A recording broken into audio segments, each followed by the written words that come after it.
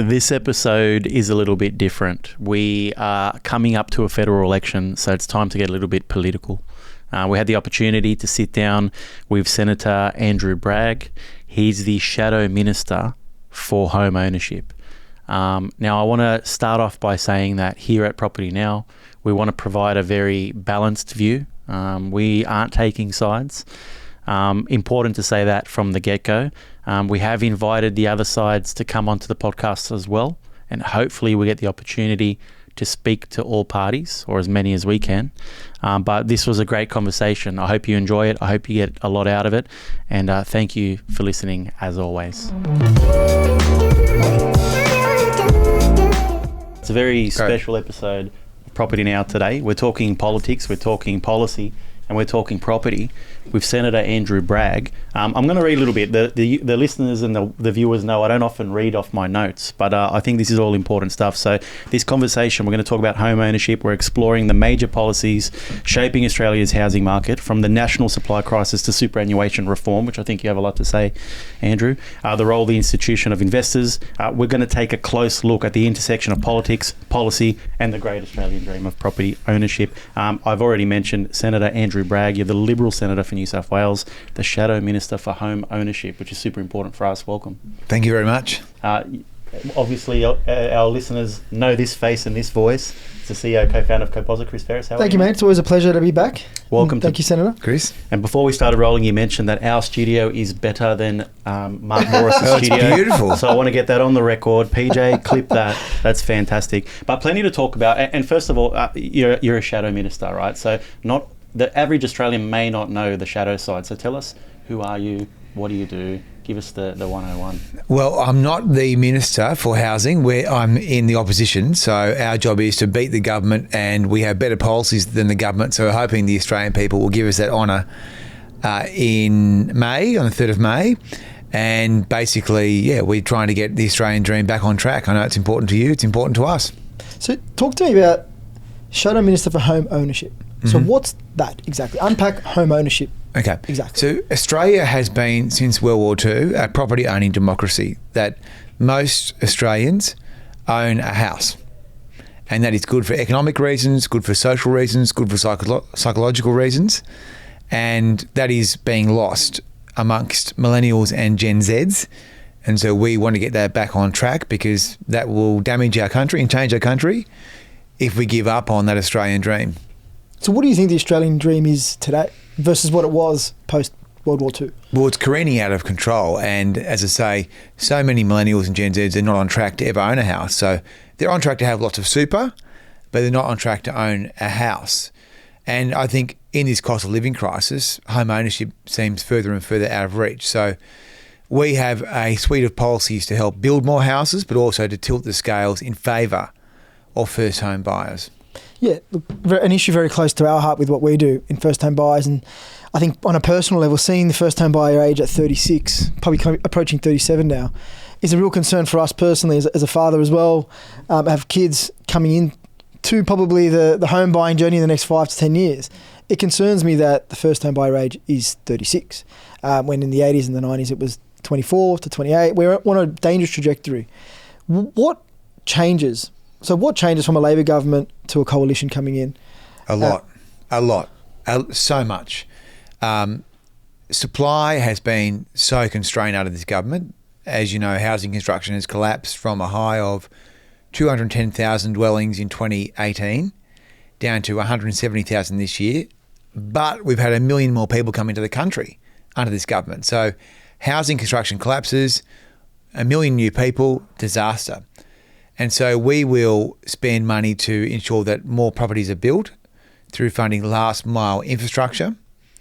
And we will also tilt the scales for first home buyers by opening up super, but also changing the lending laws to ensure that first home buyers get preference against investors. Okay, so there's really three key things there. Unpack, yeah. There's more than that, but those are some of the important infrastructure and lending to make it probably not more affordable, but access to higher borrowing. Is that what those three are the crust of the policies? So to get the supply piece moving, we want to build more houses. Now, right now, if you're a property developer in Australia, you're being asked to build street lights, nature strips, the whole lot. footpaths, sewerage, roads, And so that's being subsumed into the cost of the product and then being passed on to the first homeowner, prospective apartment buyer, prospective first unit buyer, and that is making the product unviable. And so developers are walking away, which is part of the reason why construction is collapsing. The other thing we're going to do is freeze the National Construction Code for 10 years, have no changes to that, because we need to cut the cost of building.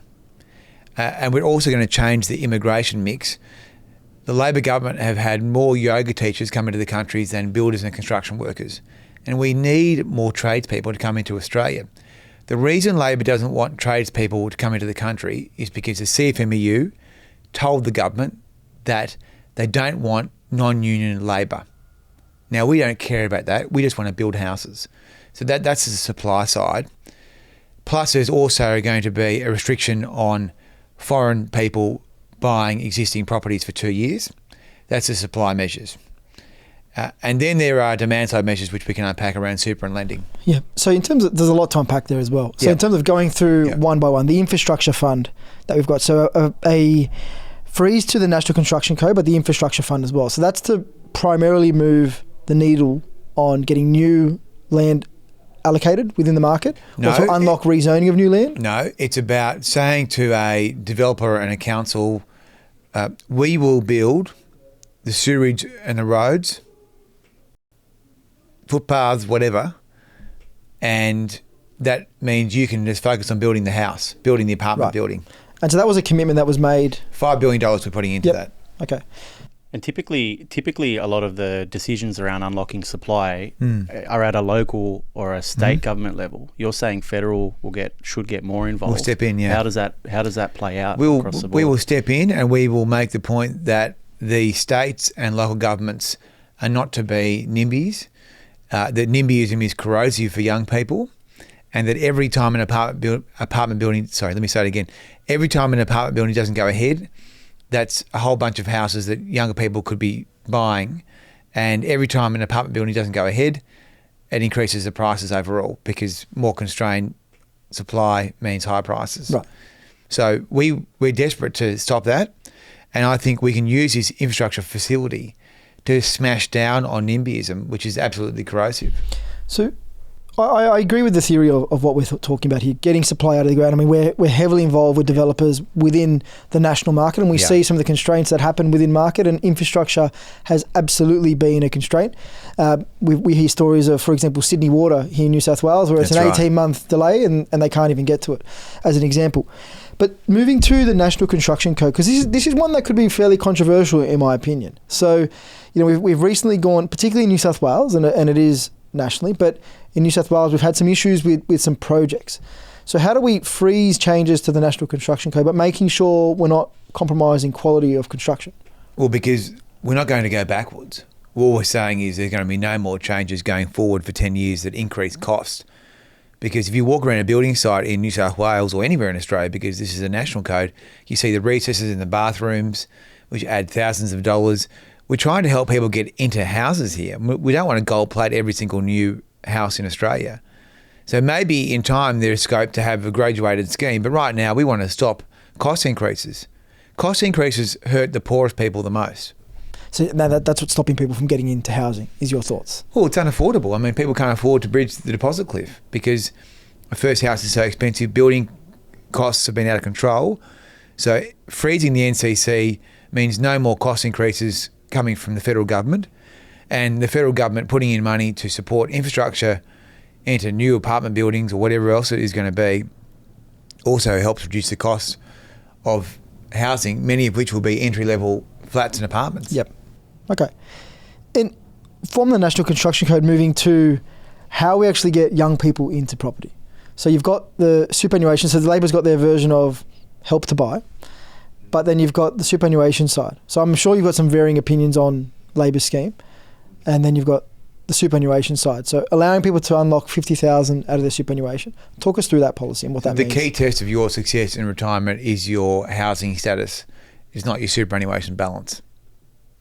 So allowing people to use their super to buy a first flat or first apartment means they're better off over the longer term economically, way better off economically in terms of returns, and also way better off psychologically and socially.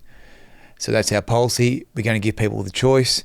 The super funds are the world's biggest hypocrites because they are against this policy, and so is Labor, even though they are massive property investors into Australian residential property. So the super funds want to use your money to invest in Australian housing, but they want to stop you from using your own money to invest in the same houses. It's insane. So we're very proud of that policy. We're very proud to give people the choice. I think the main critique that you'd obviously be facing around that policy is by unlocking super, we could potentially inflate the price of or the cost of houses. Do you have a rebuttal to that, or is well, it's an $11 trillion market, and you're allowing people to take $50,000 out periodically. It's going to be immaterial, less than 1% changes to prices. And is that first home buyers? Is it anyone can access their super? Anyone who doesn't own a house today. Yeah. So if you're a divorcee or you're a young person, you don't own a house today, you can... Trying to get back on the market? Yeah. It's like with the Liberal Party. It's going to be pragmatic, flexible, common sense. If you don't own a house today, you can use your super to buy one tomorrow. Have you modelled out what that could look like for the super funds if we get a large uptake? Oh, I mean, it'll be minuscule. I mean, they've got trillions of dollars. I mean, please don't cry a tear for these people. I mean, they are the most privileged people. They open the door and the money just falls in. I mean, they've got literally trillions of dollars, and they are the world's biggest hypocrites. And the way they've conducted themselves has been reprehensible and disgusting. And they're like Dracula with a blood bank. You know, they just want more and more blood. And they are massive investors in Australian residential property, right? So how can they do it themselves and then try and stop their own members from wanting to avail themselves of the opportunity of the Australian dream? So there were about 140 or 150,000 loans to first home buyers last year, right? You know this data. Is that right? It's around that data, About yes. that, right? So even if you doubled that, you'd still be looking at less than 1% changes to prices in the context of an $11 trillion property market. So they've commissioned all this dodgy research and put it into the newspapers, which is not worth the paper it's written on. But, you know, good on them for trying, but that is a fact, that if you doubled the loans, it would minuscule price change. And so where do you want to see the age of a first home buyer? We are at 36, and to me that concerns me. I always talk often, I was on a panel recently where I talked about what I call the point of no return, where we get to, and I believe it's at the age of 39, 40, where we get to the point of no return for first home buyers, where we say, you know, we tell a 22-year-old, 23-year-old, hey, by the way, you're going to be working basically half your working life before you can actually start to buy a property at the age of 40, for example, which I call the point of no return. And you can see why the youth is so disengaged with actually wanting to get on home ownership when a 23-year-old is told it's going to take you 17 years. How do we change this 36-year-old age? They're angry, right? And if you've done all the right things, you've been to uni or you've done a trade, you've got a HECS debt, you've got to pay 12% super, like it's hard to get that deposit together. And that's why the Bank of Mum and Dad is now the 5th biggest lender in Australia, which is very worrying because we don't want to be a country where your parents' wealth determines your housing outcome. So what we want to do is use the super to help bring down the average age of a first purchase. We're also changing the lending laws to preference first home buyers and give them a lower serviceability buffer, but also get them cheaper mortgages if they're using lender's mortgage insurance. So right now, if you use a parental guarantee from the Bank of Mum and Dad, you have a lower capital charge and a cheaper mortgage than someone who's using lender's mortgage insurance, which is insane. I mean, the insurance coverage from LMI is very robust, very strong, comprehensive insurance. So I know it's very technical, but we think that we've got to find ways to preference first home owners and also not damage investors. So if I was the Greens here, the Greens policy is to remove capital gains, tax exemptions and negative gearing because they want to punish investors. But investors are providing supply. So we want to try and find ways that can privilege first homeowners without damaging investment into the market because, as you know, we've got to build 250,000 houses a year, dwellings, to get back on track, and punishing investors is not going to help. And what's your view on the 1.2 million homes? Well, it's a dead dark, mate. I mean, Labor's got no chance of ever making it. And so would you... Zero chance. Is there a target that you've got in mind for the next... We think we can get 500,000 houses out of our supply fund, out of our $5 billion supply fund. But we know if we win the election that we have to quickly move and get dwellings up. Otherwise, this problem becomes our problem. Right. And is there a time frame? So there's 1.2 million homes by 2029. That's Labor's target. Yes. And is there a chance of target and amending a it. time frame that you're thinking? Well, we've said over 5 years that we'd get 500,000 new houses out of this, but we need to do a lot more than just that. I mean, we've got to make sure that the construction code is effective. We've got to work with the states. We've got to do everything we can to get more than that because, as I say, there's 1 million more people in the country than there were when we were in government. Well, yeah, they all need houses. You've hinted at the migration levels being higher than the amount of houses we can build. So Yeah. where does that balance out? Because I think everyone. We've had multiple episodes on migration and the talk about impacts. it a lot. Yeah. We talk about it a lot. And are we, one of the questions is, are we bringing the right groups to help build Australia into the ecosystem? Well, I'm keen to unpack your thoughts on. I love yoga teachers, and I'm sure you go to yoga sometimes. If all you're the time. Back sore. Dog. Every day. Yeah, well, but as you know, I mean, they're great people, very virtuous, but they can't help build houses. So, look, I asked the Treasury, please talk me through the modelling you've done, which shows the impact of bringing 1 million people into the country and only building 160,000 houses a year.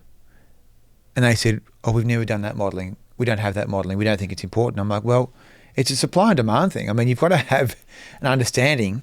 Like, these people need to live somewhere. So there's some academic view in the Labor Party that they don't live anywhere. But as you know, as soon as someone comes into the country, they have to live somewhere. So we are going to reduce permanent migration. We're also going to reduce student and temporary migration until we can get housing back on track. Now, the universities and big business might be unhappy with that, but we're losing the Australian dream here.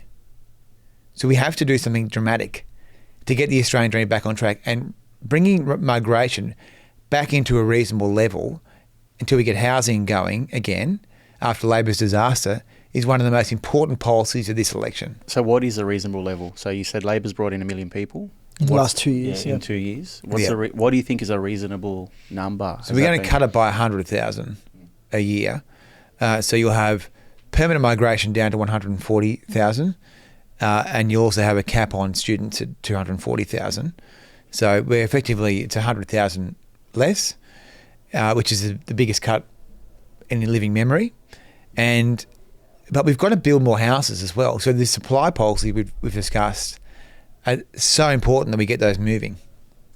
So we're cutting. So we're not turning off. So there's still going to be an impact on housing. You can't cut it to nothing. I mean, the economy would collapse. But there will still be an impact on existing stock and housing. If people are still coming, there's a net migration number, right? We're also banning temporary residents and foreign nationals from buying existing property. Yep.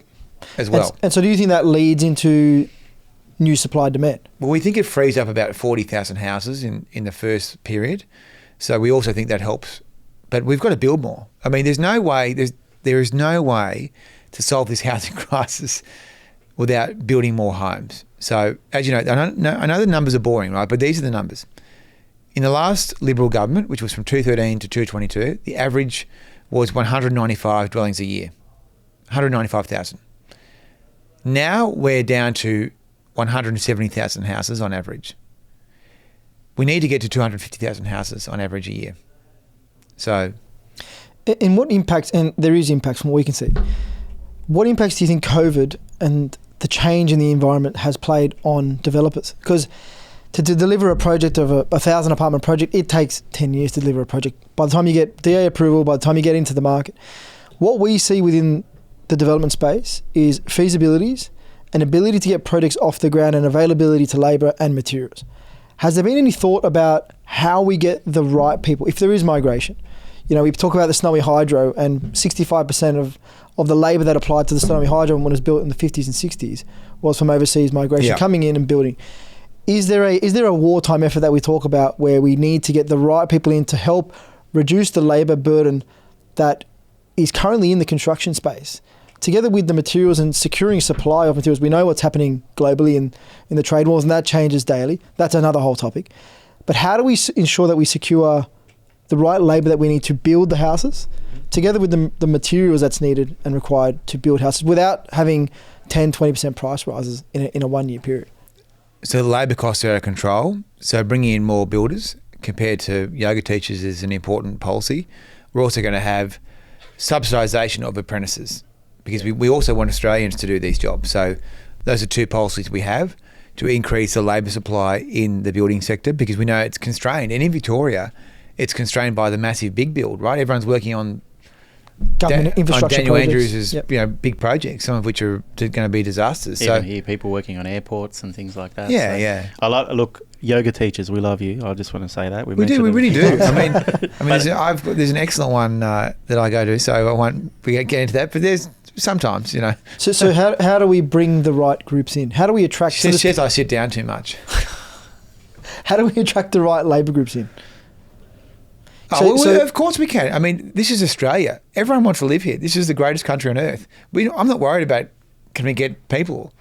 I want to get the right people. The right people. And if we're the government, we don't give a rat's what the CFMEU says. We will run Australia in the national interest, not in the interest of the unions. And the only reason that Labor haven't brought in builders is because the CFMEU said they didn't want non-union labour.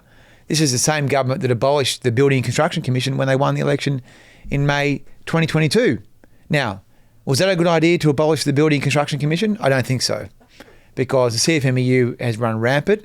They have inflated the cost of apartment building where they're involved by 20% with their ridiculous, mafia cartel style corrupt practices. I mean, these guys are the mafia of today. And right, so just on the migration, just to really unpack that. So we're reducing it by 100,000 annually. Yeah. So it's a two-pronged approach. It's reducing migration, but bringing the right. Three-pronged approach here. Firstly, cutting by 100,000, changing the composition, and banning foreigners from buying Australian existing houses for 2 years. Okay. And we talked about the coalition's recently announced the serviceability component. Yes. So the current buffer is sitting at around 3%, or at 3%. At 3%, yeah. What's the policy? What are we looking at to change that to? And how will that impact? We want to put first home buyers first. We want to preference first homeowners.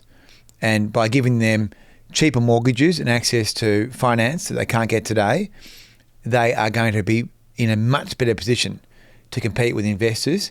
We think that up to 40% of new first homeowners will come into the market. They'll be able to borrow more. And if they're using lenders' mortgage insurance, they'll get a better deal. We've talked a lot about supply. And it's obviously a massive issue. Well, we have to. The other one is cost of living, Mm-hmm. right? So we've seen inflation, we've seen interest rates went up for a long period of time. Yeah. They're now on the way down. How would a change in government change those figures or those numbers? Well, right now, people in Australia are going crazy about petrol prices, housing costs, energy costs, groceries. Now, we have very good policy on housing, we discussed. We have a policy on the fuel excise to cut that by 25 cents a litre, which will make a material difference to people filling up their car. We have a very different policy on energy, which is about bringing in more gas and having nuclear as well as renewables. And I think those are serious policies that will cut the cost of living almost immediately.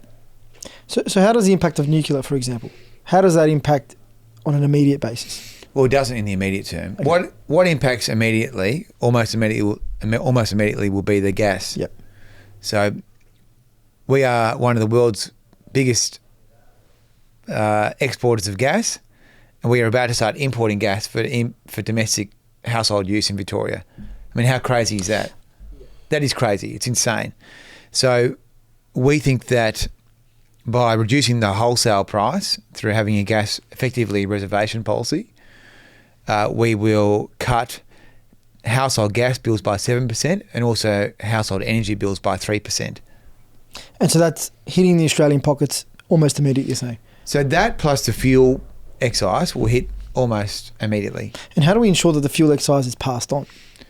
Well, it will be, because the ACCC will ensure that there's no anti-competitive practices. Right.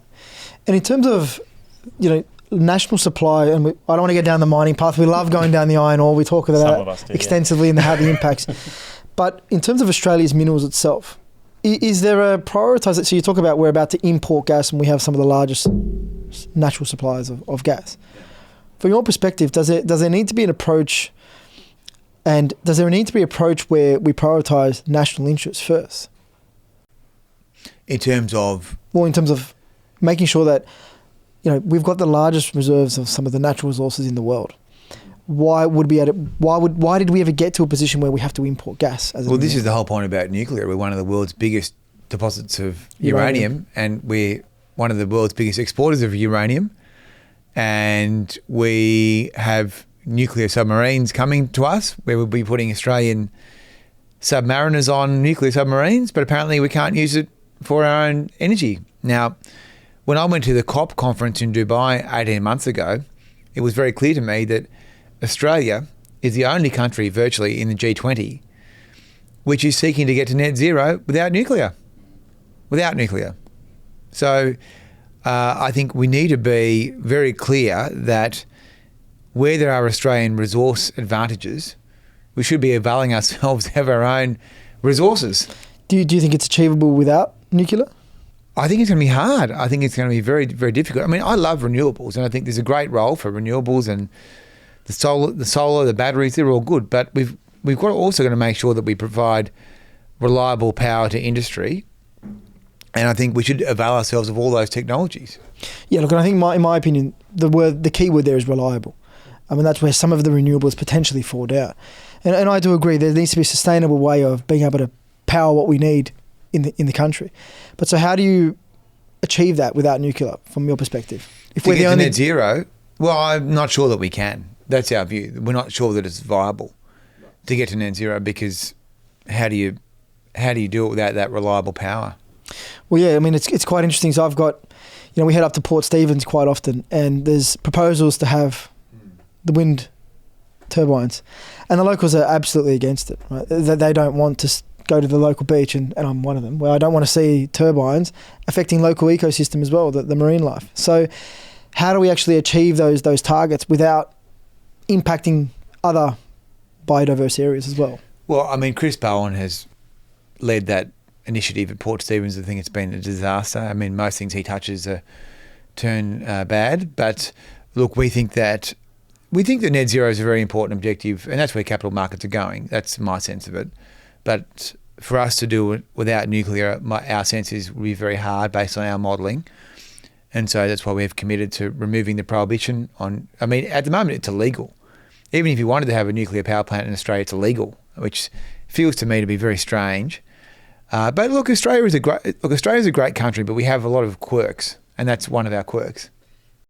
It's interesting. There's we're going to move to quick fire soon. And sure. This has been a great discussion. I can see. I'm glad I'm in between you guys. But I want to touch on something very quickly. So you've mentioned your leadership in crypto regulation policy. Oh, yeah. I want to know how that relates to property potentially. So could blockchain, could tokenism, could these sort of things reshape the property sector in your view? I think it could, but it's going to be niche initially. Yeah. And if we can find ways to give access to people who can't afford a full deposit to a house, for example, then that's going to be a good idea. But it needs to be done safely, and that's why we need to have more regulation of crypto, but the government have failed to do that. So it's not something we talk about a lot, but I think it's interesting because, I mean, a lot of especially aspiring first home buyers or those younger generations who may have given up on the property dream, they're looking to other ways to invest, and they're looking at crypto and shares and things like that. So, if we can tie that together, I think property with crypto. It's interesting, but obviously probably a fair way off, you'd say. Well, it's not for me to dictate. I mean, the market can sort it out, but certainly I think it's a reasonable idea. Yeah. Did you have anything else, Chris, before we go to? No, look, I think before we get there, so the red tape component. So we know there's two areas that I talk about a lot. So the red tape with developers and getting pre-approvals and getting planning approvals, and then the taxes that are built in to deliver a new dwelling. So how do we've talked about this extensively since, how do we cut red tape? How do we get approvals happening faster? How do we remove some of the bureaucracy This is up to the states. The states have got to move on that. And if we are elected as the government, then I intend to use my position to ensure that the states are accountable. I mean, Chris Minns wants to walk around New South Wales declaring himself to be the housing premier, but he lets his own agencies like Sydney Water and the approval bodies destroy what are his stated ambitions, which I think is very, very bad. And so I will hold him to account by saying, we will put this federal money up for unlocking this amount of property, and you need to make sure that you get things moving. I mean, I think you need to take, the housing crisis is now so serious that the federal government needs to take a very lenient approach on this, and if a state jurisdiction is dragging the chain, then they need to be called out on it. And you know what? I think that millennials and Gen Zs understand that. I think they understand that every time an apartment block is vetoed, it's bad for them. It's not bad for the baby boomers, okay? Generally, it's bad for millennials. And so we've got to be much stronger in pushing back on NIMBYism. Well, it's a massive growing cohort. The group that can't afford to buy property from 18 to 36, that is a massive, and it's growing. And look, I'm a millennial, and I feel as a representative of everyone, of course, but I mean, I know my own generation. We're at a stage of life where there are a lot of things happening, children and other busy things. And so we're not organised necessarily to be able to push back on people who are retired, who spend all their time sending in pieces of paper to council saying, please don't do this development. So I think it's really unfair that just because you're not organised, you should be damaged. And this is an intergenerational fairness thing now, because if all the new projects are killed by NIMBY people, then where does everyone live in the future? Yeah. We spoke with... Population's getting bigger, not smaller. We spoke with Dr. Nicola Powell from Domain Insights last week on the podcast. She had a really great point, which I think, I don't know if a lot of boomers think about this, but they're starting to feel that they're not going to be able to live in the same city as their grandkids, because their grandkids can't, like, especially a city like Sydney. Yep. Younger generations are being pushed out. And I would say that, you know, if there are some well-built apartments in your neighbourhood, then maybe that's where your grandkids could live. It's a good idea. I agree. It's an interesting one, and one that probably we'll hear more about in future. It was the first time I heard it discussed with Nicola last week. So look, it's a challenging topic, and it's clearly sensitive. And I know politicians are very worried about upsetting people, but I think it is one where you've got to be prepared to break a few eggs, because the NIMBYs are well organised, and they have more time and foot soldiers to kill new developments. And there are suburbs in Sydney which are literally shrinking in terms of the number of people who live in them, whilst the population of the country is exploding. Yep, got to break a few eggs to make an omelette, as they say. Quick fire, Senator Bragg. Let's go. Yep. Tell us, and we sent these to you earlier, so hopefully... Oh, I haven't read them. That's great. I love that. I actually love that response. Yeah. What is the most underrated suburb in New South Wales? Underrated suburb? It's got to be in the electorate, right? Sure. Probably. Look, I really like Kiama. Lovely. I really like Kiama. I think it's a beautiful town. Beautiful. The blowhole there, amazing. If you haven't taken the kids, would you buy off the plan property? Sure. Yeah. What's the best political decision you've made so far? Joining the Liberal Party, because it's allowed me to express my own opinions whilst being part of a team that can be a government for Australia. Have you always followed Liberal, or have you always been that way inclined? Yeah, definitely. But it's great to be a part of a party where you don't take dictation. You're allowed to have your own opinions. I mean, it literally is a Liberal Party. You are actually allowed to have your own opinions and thoughts, unlike in the Labor Party and the Greens. What would you change about the Senate if you could change one thing? I'd abolish the question time, and because it's all fake. Really? And I would just... What do you mean? What do you mean it's all all choreographed. It's all rubbish. Okay. I would just rock up and ask people questions they didn't know were coming. Kind of like this. Because I think it's better. It's you've got to try and entertain people. I mean, it's unbearable when it's all orchestrated. I love that response. I mean, and it's sort of, you feel like your weekend at Bernie's. Everyone's sort of dead in there. All right. What is your favourite Australian metro city other than Sydney? Probably. Well, I'm originally a Victorian, but I mean, Victoria is. I mean, Melbourne is so big now. I really do like Adelaide, and also because they are great devotees of the greatest game on earth, Australian rules football. Oh, you can't say that as a New South Wales senator. But anyway. Go the Swannies, come on. Go the Cats. What's the biggest myth about politicians? The biggest myth about politicians is probably that they... What is a myth about politicians? I'm trying to think about one. Well, I mean, I think most politicians are probably sort of happy just to be there. I'm not sure how many really have a mission. and I think that's quite bad. But I mean, what is a myth about a politician? I would say that a lot of politicians, people think, and this is genuine, that they don't have real world business experience. Oh yeah, that's true. Yeah. Okay. What are your views on career politicians? Well, I think you've got to have a mission. You've got to have something that you want to achieve. Otherwise, why are you doing it? So I would like to see people from a broad range of backgrounds in Parliament. I found that because I was a sort of internal auditor and then I worked in financial services, I've been able to talk and work on issues to do with finance and the economy in Parliament and use the parliamentary committees, and hopefully people think that's been productive. But if I hadn't done that, then I don't think I would have been much use to anyone. But as long as you've got something you want to achieve, I don't really mind what your background is. I think the biggest problem is we have all these passengers, people who just want to be there for the ride, and they're just happy to jump into the white car and go into the building, and that's it. And not actually do anything, or not do anything. Your first home, how old were you when you purchased it? Probably about 30, 31. 31. 30? How much? 31. What did you pay for it? Oh, I can't remember now. Would you invest in property, shares, or crypto right now? Well, firstly, I'd say my pecuniary interests are completely up to date for anyone who wants to inspect them. And this is not financial advice. That's right. And look, I think for a politician, it's good to have simple arrangements as much as possible. And so having a house, I think, is reasonable. I don't hold any direct shares. I don't think that's wise. Have some managed funds. I love it. That's it. That's a quick fire. Senator Andrew Bragg, thank you for joining us. You asked us to challenge you. I hope we did. And I hope our listeners got a lot out of this, because I think we certainly have. So thanks for joining us. Great, guys. Thanks very much. Thank you. Thank you, Senator. This is Jason He, the sexiest voice in property, here to tell you that the Property Now podcast offers opinions on Australian property news for informational and entertainment purposes only, and general in nature. It does not take into account your objectives, financial situation, or needs. It does not constitute professional advice. Always seek expert guidance before making any property-related decisions.